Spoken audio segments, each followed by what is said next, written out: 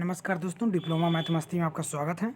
दोस्तों, अप्लाइड जो physics first है उसका क्या है मोस्ट इंपॉर्टेंट क्वेश्चन का सीरीज लेकर आए जो कि पूरे बुक से ओवरऑल होगा। ठीक है, यानी अगर आप सिर्फ इतने जितने क्वेश्चन इस वीडियो में जितने भी क्वेश्चन आपको बता रहे हैं ये 2000 क्या है कि ये एनालिसिस करके ये क्वेश्चन पेपर एनालिसिस करके है। यानी कि जो कौन सा पेपर है, यानी कि 2018 में जो फिजिक्स से क्वेश्चन पुटअप हुआ था और 2019 में और 2000 कितना है 2019 में जो क्वेश्चन पुटअप हुआ था उस वो सभी क्वेश्चन को एनालिसिस करके यहाँ पर ले आ गया है। ठीक है, यानी समझ लीजिए क्वेश्चन पेपर ही अगर अगर ये बता दे रहे हैं आपको, अगर आप इन दोनों साल के क्वेश्चन पेपर अच्छे से याद कर लेते हैं एग्जाम में डेफिनेटली आप अच्छे से स्कोर कर ले जा सकते हैं। देखिए, अगर अभी तक आपने कुछ भी नहीं पढ़ा है, आपको अगर बता दें, अगर आप लोग अभी तक कुछ भी नहीं पढ़ा है, ठीक है, मतलब आपका तैयारी अभी तक समझ लीजिए कुछ भी नहीं हो, अगर ये 2 साल का पेपर क्यों इतना इम्पोर्टेंस क्यों है 2 साल का पेपर, यानी 2018 और 2019 का ये पेपर इंपॉर्टेंट क्यों है, क्योंकि 2020 होगा। क्लियर, 2020 में क्या है, 2020 वाला भी क्या है एग्जाम, 2021 वाला हुआ ऑनलाइन हो गया और सेमेस्टर, तो ये सभी क्या है रिपीट होने के क्वेश्चन चांसेस है। और देखिए इनके साथ साथ जो क्वेश्चन लेकर आए हैं, इनके साथ साथ इस चैप्टर से कौन से चैप्टर से किस टाइप के क्वेश्चन बनने वाले हैं वो भी हम इस वीडियो में बताएंगे। क्लियर, तो अगर आप लोग अभी तक तैयारी अगर नहीं हुआ है तो जितने भी क्वेश्चन यहाँ पर हैं उतने ही क्वेश्चन अगर आप ईमानदारी से आप पढ़ लेते हैं तो डेफिनेटली आप बहुत अच्छा स्कोर कर ले जाएंगे। क्लियर, तो एक क्वेश्चन पेपर है 2018 का, उसके बाद एक क्वेश्चन पेपर ना है 2019 का। ठीक है, तो ये वाला जो पेपर है क्या है 2019 का है, इस पेपर को देख लीजिए। देखिए, यानी 2019 का ये मोस्ट इंपॉर्टेंट क्वेश्चन है। ठीक है, बहुत इंपॉर्टेंट क्वेश्चन है क्योंकि इसमें जो क्वेश्चन पुटअप हुए थे वो क्या है एग्जाम में आने की बहुत पॉसिबिलिटी है उसकी। आप अगर बुक से भी देखेंगे मोस्ट इंपॉर्टेंट क्वेश्चन तो इसी से मिलने वाला है। ठीक है, तो आपको कहीं दूसरी जगह की आपको एक वीडियो की अलग चैप्टर का नहीं कि मतलब एक वीडियो एक चैप्टर का इतना मोस्ट इंपॉर्टेंट क्वेश्चन, दूसरे वीडियो का इतना मोस्ट इंपॉर्टेंट क्वेश्चन, इसमें सभी का है और इसका क्या है सलूशन भी हम करवाएंगे एक एक वीडियो में step question by question. Clear, तो चलिए, तो पहला जो आपका क्वेश्चन है आपका क्या है, पहला क्वेश्चन आपको देखिए एक तरह से मॉडल पेपर हो गया, इसको समझिएगा मॉडल पेपर एक तरह से हो गया कि किस तरह से आपका एग्जाम में क्वेश्चन पुटअप होता है। क्लियर, चलिए, तो पहला क्वेश्चन आपका ऑब्जेक्टिव टाइप का क्वेश्चन होगा जिसमें क्या है 1 नंबर का होगा, आपको पहले ही पता है। तो यानी 1 नंबर का आपका 10 क्वेश्चन होगा, यानी कि आपको क्या है 12 से 13 क्वेश्चन होंगे जिसमें आपको 10 ही करना है। क्लियर, देखिए जो भी इस वीडियो के लास्ट तक बना रह गया, जो भी इस वीडियो के लास्ट तक बना है वो डेफिनेटली आपका क्या हो 30 से प्लस स्कोर कर ले जाएगा, ये मैं गारंटी के साथ बोल रहा हूँ। ठीक है, 30 प्लस वो डेफिनेटली स्कोर कर ले जाएगा। तो आपको वीडियो को लास्ट तक जरूर बना रहा है और इस वीडियो को ज़्यादा से ज़्यादा लोगों तक शेयर करना है। क्लियर, चलिए, तो आपका क्या कह रहा है कि किलोवाट जो हवा यानी किलोवाट जो घंटा होता है वो किसकी मात्रक है, कौन सी भौतिक राशि का मात्रक है, ये पूछा है 1 नंबर में। देखिए कितना ईजी है। दूसरा आपका जो क्वेश्चन पूछा है आवेग की परिभाषा, जो कि हम अपने अप्लाइड फिजिक्स वाले में जब अभी हम कल या परसों हम क्या करें इसका आवेग की परिभाषा बताए थे कल वाले क्लास में। ठीक है, जो लोग भी जो मैराथन वाला क्लास मोस्ट इंपॉर्टेंट वाला अप्लाइड मैथमेटिक्स का और अप्लाइड फिजिक्स का नहीं देखे हैं, लिंक मैं इसी वीडियो के डिस्क्रिप्शन में दे दूँगा, देख लीजिए, क्योंकि अगर पास होना है तो उसी में से आपका क्वेश्चन फंसना है। इतना क्या है गारंटी, वहाँ क्या है गारंटी के साथ आपको क्वेश्चन वहाँ पर प्रोवाइड किया जा रहा है। क्लियर, यार रेखी वेग तथा कोणीय वेग में रिलेशन पूछा तो यहाँ आपको क्या है रेखी वेग क्या होता है v इक्वल टू क्या होता है आर ओमेगा। तो क्या होता है तो रेखी वेग और कोणीय वेग में आपको संबंध स्थापित करना है। तीसरा आपका क्वेश्चन जो है किस दशा में दो सदिशों का अदिश और सदिश गुणनफलों का परिमाण क्या होता है, मैग्नीट्यूड क्या होता है, बराबर होता है। ये तीसरा क्वेश्चन। अभी देखिए ये कौन सा, ये पहले चैप्टर का है सदिश और अदिश वाले से है, और ये क्या है ये वाला दूसरा चैप्टर से है बल एवं गति, फोर्स एंड मोशन से। और कौन सा क्वेश्चन बनने की पॉसिबिलिटी, अभी तो 1 नंबर का है, 5 नंबर में देखिए कैसा क्वेश्चन आ रहा है। क्लियर, यहाँ पर देखिए यानी केल्विन पैमाने पर जल के हिमांक का मान, यानी केल्विन पैमाने पर जल का हिमांक का मान क्या होता है, इस तरह से क्वेश्चन बनेंगे। एसआई प्रणाली में ऊष्मा का मात्रक, तो मात्रक से देखिए आप सब पूछ रहा है एसआई प्रणाली में ऊष्मा का मात्रक। अब यहाँ पर देखिए नेक्स्ट अगला क्वेश्चन है रेखीय प्रसार गुणांक, क्षेत्रीय प्रसार गुणांक और आयतन प्रसार गुणांक में संबंध बताना है। क्लियर, तो ये इसका रिलेशन बताना है, इस सब कुछ करवाया जाएगा। इसमें से जो भी क्वेश्चन आपको डाउट रहेगा आप कमेंट करके बता दीजिएगा, उसका मैं वीडियो के साथ सलूशन ले आ दूंगा। ठीक है, अब यहाँ देखिए ठोस तथा खोखले गोले में किसकी घूर्णन त्रिज्या अधिक होती है, यानी ठोस गोला होगा कोई और खोखला गोला, उसमें घूर्णन त्रिज्या किसकी अधिक होगी इसको बताना है। क्लियर। भूअस्थायी उपग्रह के आवर्तकाल का मान ज्ञात कीजिए। तो भूअस्थायी जो है उपग्रह है उसका आवर्तकाल का मान ज्ञात करना है। अगला जो है कॉन्टिन्यूटी इक्वेशन, सततता का समीकरण आपको बताना है। सततता का समीकरण यहाँ सिर्फ एक नंबर में जो भी है सिर्फ आपका क्या है आवर्तकाल का मान है, यहाँ डायरेक्ट आवर्तकाल का मान लिखना है, यहाँ सततता का डायरेक्ट समीकरण लिखना है और कुछ भी नहीं करना है क्योंकि एक ही नंबर का है ना। और ताप के केल्विन पैमाने तथा फारेनहाइट पैमाने में संबंध बताइए। तो इसको क्या है हमको रिलेशन भी सिर्फ आपको संबंध लिख देना है जो भी होता है। क्लियर। इसका अलग से वीडियो आएगा सेपरेट, अभी हम क्वेश्चन मोस्ट इंपॉर्टेंट बता रहे हैं तो सोल्यूशन नहीं बता रहे हैं। क्लियर। ऊष्मा इंजन की दक्षता की परिभाषा लिखिए। जो ऊष्मा इंजन होती है उसकी दक्षता क्या होती है इसको लिखना है। अब यहाँ आइए, यहाँ से और इम्पॉर्टेंट क्वेश्चन शुरू हो जाता है, यहाँ से और इम्पॉर्टेंट क्वेश्चन शुरू हो जाता है। मैंने यहाँ पर देखिए ये 5-5 नंबर का है, यानी दूसरा क्वेश्चन से ही आपका 5-5 नंबर का क्वेश्चन मिलने लगेगा। तो 5 नंबर का क्वेश्चन है, इसमें 2 क्वेश्चन आपको करना है। दिया है आपको कितना question, total number of question यहाँ पर दिया है। तो यहाँ जो सॉरी देखिएगा, यहाँ फिर से ध्यान से देखिएगा, मतलब क्वेश्चन नंबर जो 2 है इसमें आपको 2 नंबर का एक क्वेश्चन है, टोटल आपको 5 क्वेश्चन करना है, यानी कि 10 नंबर थे। टोटल 7 क्वेश्चन दिए हैं जिसमें से 5 करना है। क्लियर। तो अब यहाँ पर देखिए इंपॉर्टेंट कैसे हो जाता है इसको समझिए। यानी पारे का जो घनत्व डेंसिटी है वो कह रहा है 13.6 ग्राम प्रति सेंटीमीटर क्यूब। तो इसको एमकेएस पद्धति में बताइए। मैंने आपको ऑलरेडी हम कैसे क्या है एक पद्धति की मात्रा को दूसरे पद्धति में कैसे चेंज करते हैं इसका वीडियो मैंने ऑलरेडी बताया है। फिजिक्स वाले मैराथन में आप जाइएगा उसमें सब कुछ क्लियर हो जाएगा आपको। क्लियर, देख लीजिए।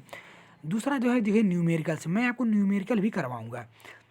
न्यूमेरिकल से क्वेश्चन पूछा क्या कर रहा है, किसी मशीन गन द्वारा 40 किमी यानी 40 ग्राम की गोलियां 1200 मीटर प्रति सेकेंड, यानी कि यहाँ दिया से वेग से छोड़े जाते हैं। यदि मशीन गन में संभालने वाला व्यक्ति 144 न्यूटन का बल सहन कर पाता है तो मशीन से गन प्रति सेकंड कितनी संख्या में गोलियां निकलेंगी। ठीक है, तो ये क्या है, ये संवेग संरक्षण के सिद्धांत पर कार्य करेगा। ठीक है, उस पर क्या है उस पे उस फार्मूले पर इसको सॉल्व करेंगे। ठीक है, तो फोर्स, गति और मोशन में पूरा इस कॉन्सेप्ट पर बेस्ड है, तो इसका भी न्यूमेरिकल ले आएंगे।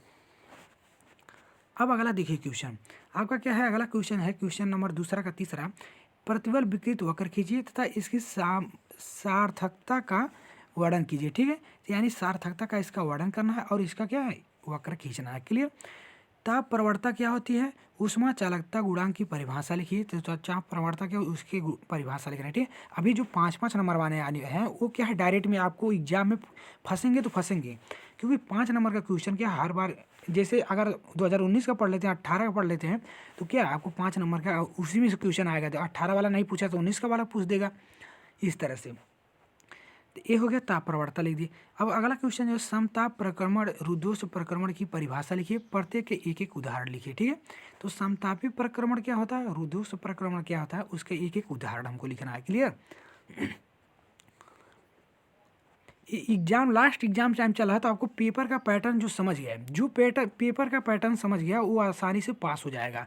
उसको हम आपको बता दे रहे हैं, जो भी बच्चा जो भी स्टूडेंट पेपर का पैटर्न समझ गया वो समझ लिए कि पेपर को फोड़ देगा। क्लियर। अब यहाँ क्या है नेक्स्ट क्वेश्चन, 6वां क्वेश्चन है, दिखाइए किसी स्वतंत्रता पूर्वक गिरते हुए पिंड की कुल ऊर्जा हमेशा क्या संरक्षित होती है। ठीक है, तो यानी कह रहा है कि ये हमको दिखाना है इसका। क्लियर। किसी घूर्णन कर रहे पिंड पर, यानी कोई पद है घूर्णन कर रहे पिंड पर आरोपित बलागुण तथा इसके कोणीय संयुग्म में संबंध बताइए।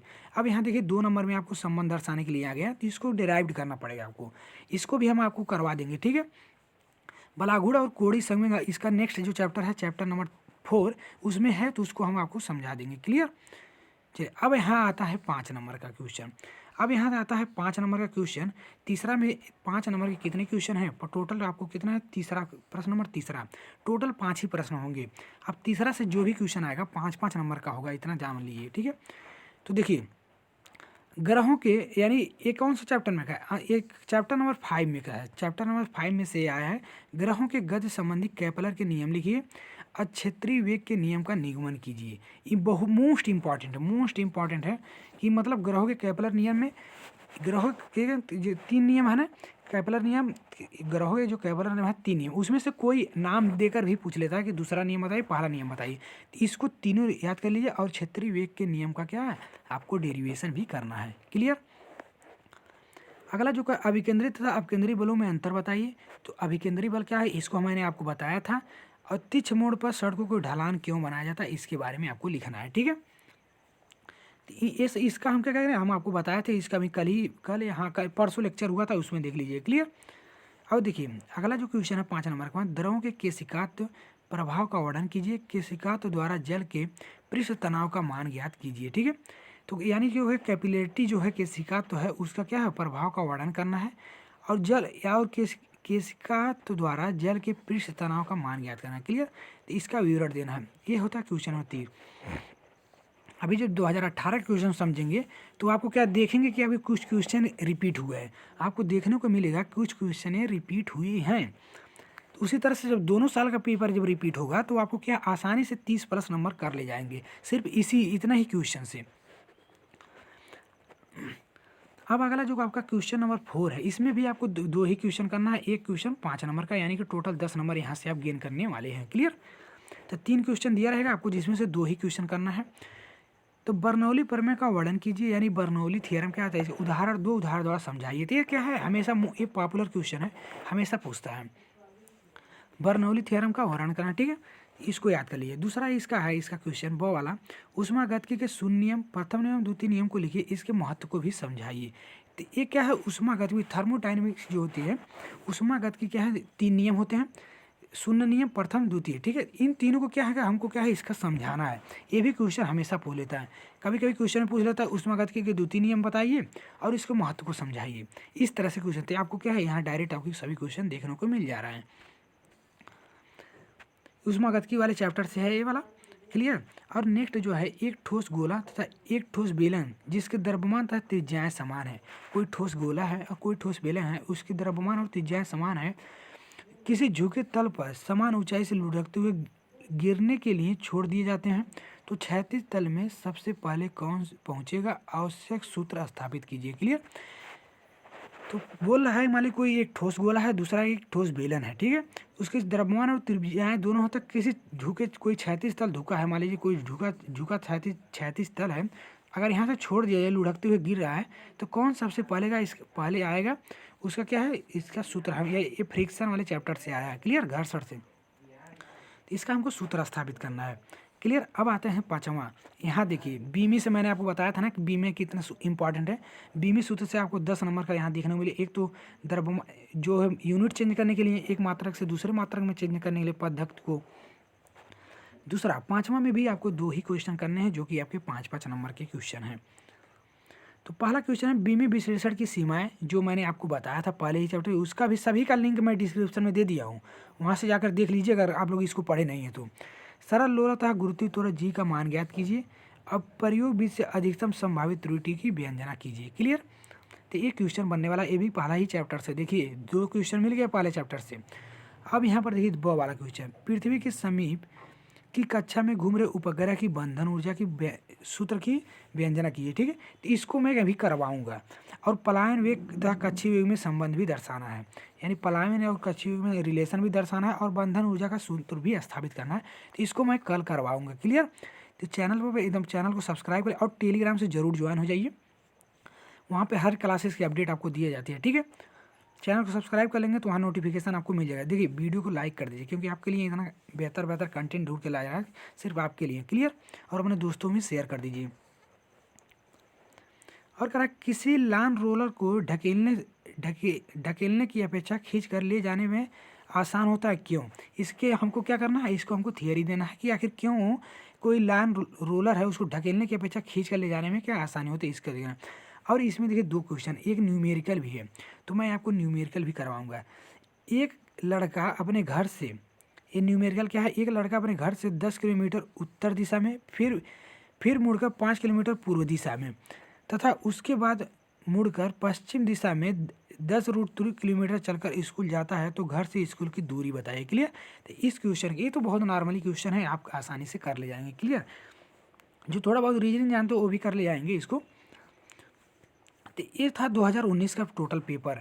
इतने क्वेश्चन अगर आप पढ़ लेते हैं तो भी आप क्या है 10 से 15 नंबर तो इतने ही में निकाल सकते हैं। 10 से 15 नंबर आपको बता दें इतने ही निकाल सकते हैं। अगर आपको विश्वास ना हो तो आप एग्ज़ाम देकर आइएगा, उसके बाद आप हमको टेलीग्राम में कमेंट करके, टेलीग्राम में एग्जाम जिस दिन इसका पेपर रहेगा टेलीग्राम में मैं लाइव आऊँगा, वहाँ आप ज्वाइन हुए, आप बता दीजिएगा कि एग्ज़ाम में नहीं आया, फिर कहिएगा। एग्ज़ाम में आएगा 10 से 15 नंबर इसी में से। अब अगला जो पढ़ेंगे 10 से 15 उसमें से आपको क्या है, आपको क्या होगा 20 से 30 नंबर, 25 से 30 नंबर आप आसानी से गेन कर सकते हैं। अब 2018 का देख लीजिए कितना इंपॉर्टेंट हो रहा है ये सेशन। अभी ये क्वेश्चन 2018 का, इसमें से पूरा फंसेगा। क्लियर? तो यानी देखिए यहाँ पर देखिए कौन सा क्वेश्चन पूछा। क्वेश्चन पूछा भौतिक राशि की बीमा नहीं है, किस भौतिक राशि की बीमा नहीं है इसको बताना है। कौन से भौतिक राशि की बीमा नहीं है, यहाँ पर देख लीजिए पूरा प्रूफ के साथ यहाँ पर दिया हुआ है 2018 का। तो कौन से पूछ रहा है किस भौतिक राशि की बीमा नहीं है इसको बताना है। तो हम बीमा वाले में भी बताए थे जो भी इंपॉर्टेंट था। ठीक है, तो बीमा किसकी नहीं है उसका हमको दिखना है। ठीक है, तो जिसकी बीमा नहीं हो उसको लिख दीजिए।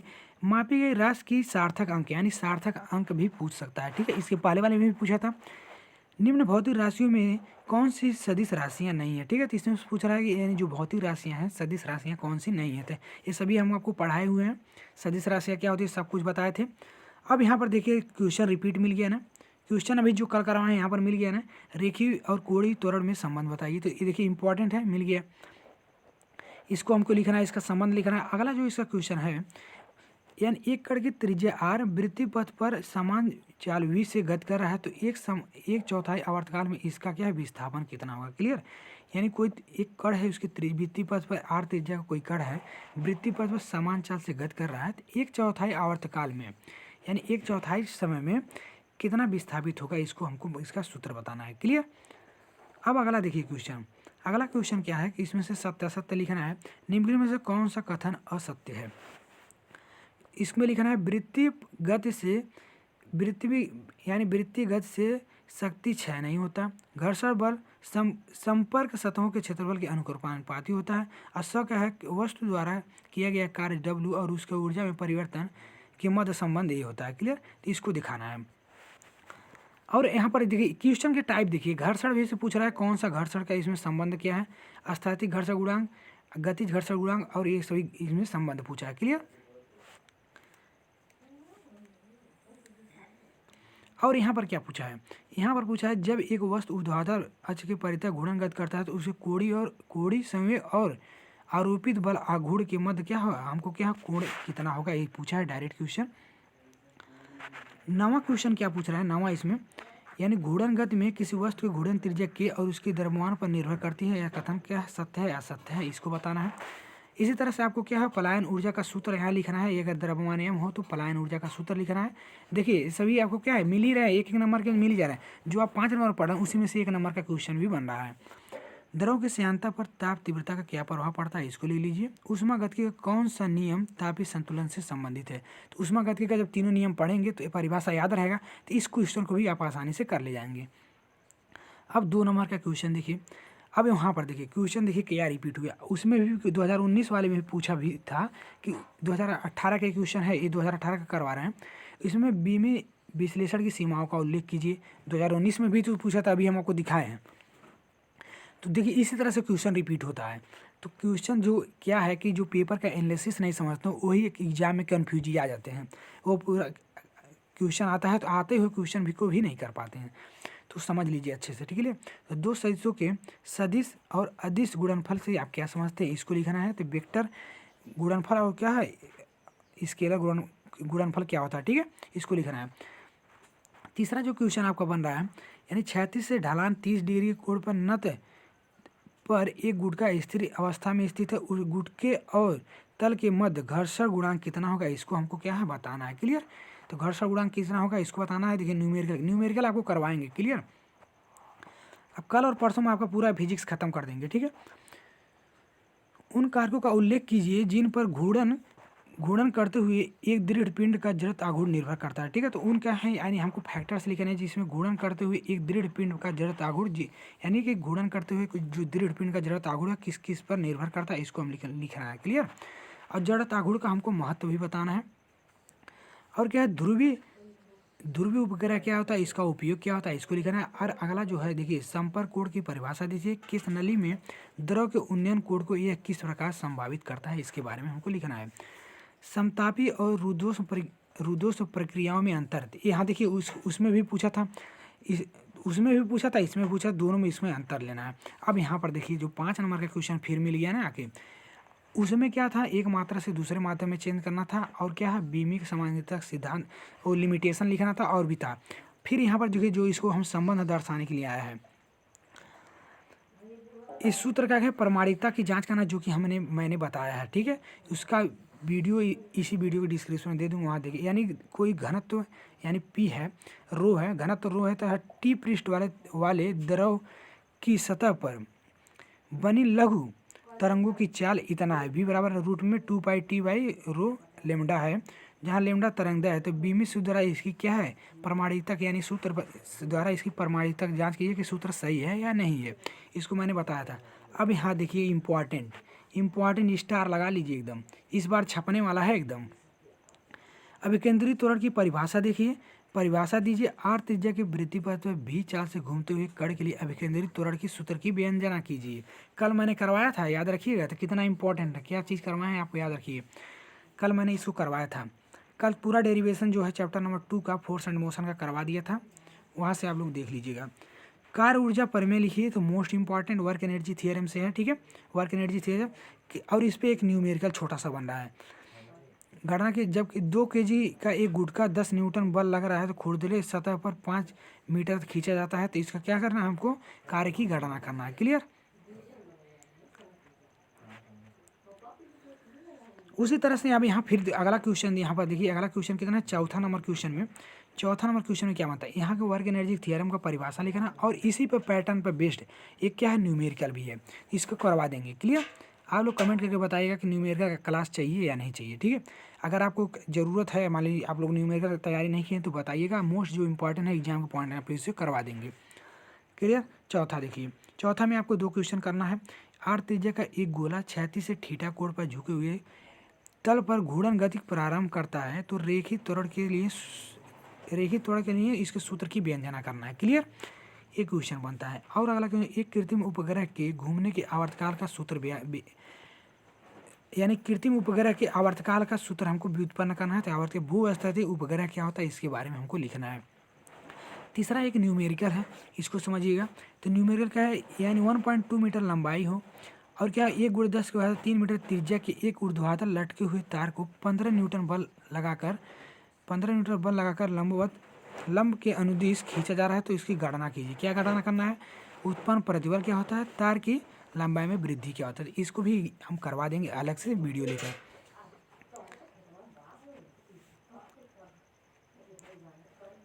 अब पांचवा देखिए, पांचवा में भी 2 क्वेश्चन आपको करना है। यहाँ देखिए, द्रव के पृष्ठ यानी पृष्ठ तनाव और श्यानता को गुणों को लिखना है। पृष्ठ तनाव क्या होता है, श्यानता क्या होता है, इसको लिख दीजिएगा, और 1-2 प्रॉपर्टी लिख दीजिए, आपको 5 नंबर मिल जाएगी। क्लियर।